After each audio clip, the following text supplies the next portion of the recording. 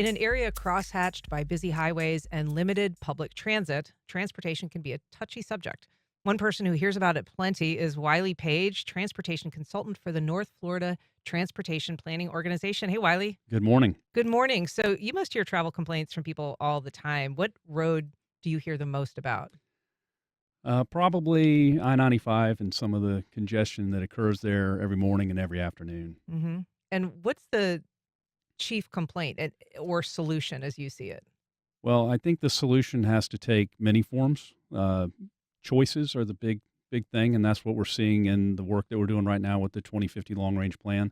So not only making improvements to I-95, so maybe adding lanes, but also looking at what can we do on parallel roadways like US 1.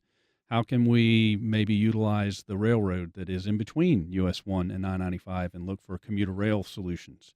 Or is there a transit solution with a bus rapid transit lane, perhaps, that runs up to 95 that connects I to feel like areas? the solution is something that I've been hearing about for about 30 years. Wouldn't that be a great idea? It seems so simple. What's the challenge there? Why isn't that done already?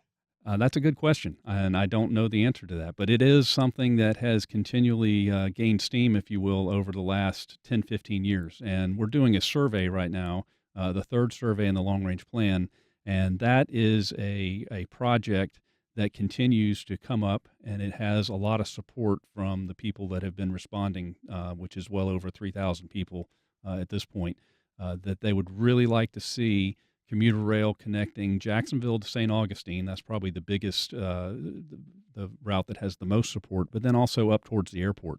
And how can we go to the north? Mm. JTA has looked at those or is looking at those. I don't know the current status of that, but you have to look at how can we share the rail with and First Coast Railway and CSX and make sure that everybody can get along and moving along the track. So that's the biggest thing, the biggest hurdle that has to be overcome. So the TPO, the Transportation Planning Organization, is over 4 counties in this region: Duval, Clay, Nassau, St. Johns. That's a lot of people. That's a lot of territory. Are there regional priorities within that region that get the most love, the most money, the most focus? Yes. So each year, the TPO, with its partners, looks at all four of those counties and comes up with a list of priority projects, which is about 20 projects long now. And it ranges from roadway projects, transit projects, bicycle pedestrian projects, trail projects, et cetera. So, again, going back to the choices, we really are trying to not focus solely on the automobile. Hmm.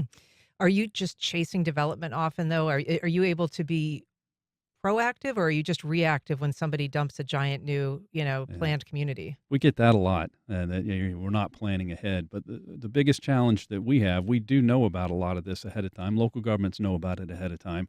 But to implement these projects, especially major capacity type projects or major rail type projects, takes 10 to 15 years.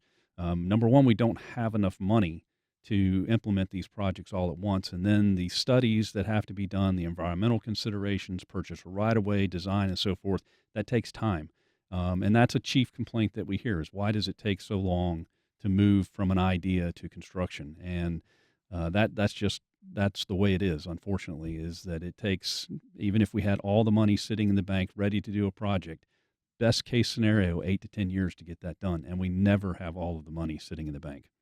I've known that the county commissioners often serve an advisory role to the TPO in terms of representing for their constituents, but who are the other partner agencies that TPO has to work with or work alongside? So they work with all of the transportation agencies in the region. That would include FDOT, sort of Florida Department of Transportation, the Jacksonville Transportation Authority, the ports, so Fernandina and Jacksport, as well as the Airport Authority down in St. Augustine. Trying to think who else there's. So anybody that has anything to do with transportation is typically And represented. the airport in Jacksonville too, I Oh, guess, yeah. absolutely, absolutely. So, and there's other advisory committees to the TPO board. So there's a citizens advisory committee that is made up of citizens from around the region, and then the technical advisory committee, which is where a lot of the planning and all the planning and engineers from the local governments and those authorities and agencies all come together pretty much monthly to discuss these items. And so this study that's being done, this is a continuing study. What stage is it, and how can people participate if they want to weigh Yeah. in? So it's the 2050 long range plan. It is done every 5 years, updated every 5 years. We go out another 5 years. So this is an update to the 2045 plan.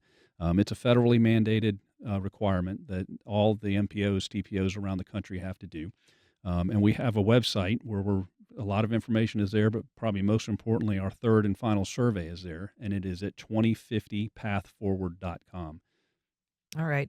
Well, Wiley Page, thank you so much for being here. I do want to mention that North Florida TPO is a sponsor of this program, but we really appreciate you coming on and explaining kind of the history and the goals of that project. Thank you very much. And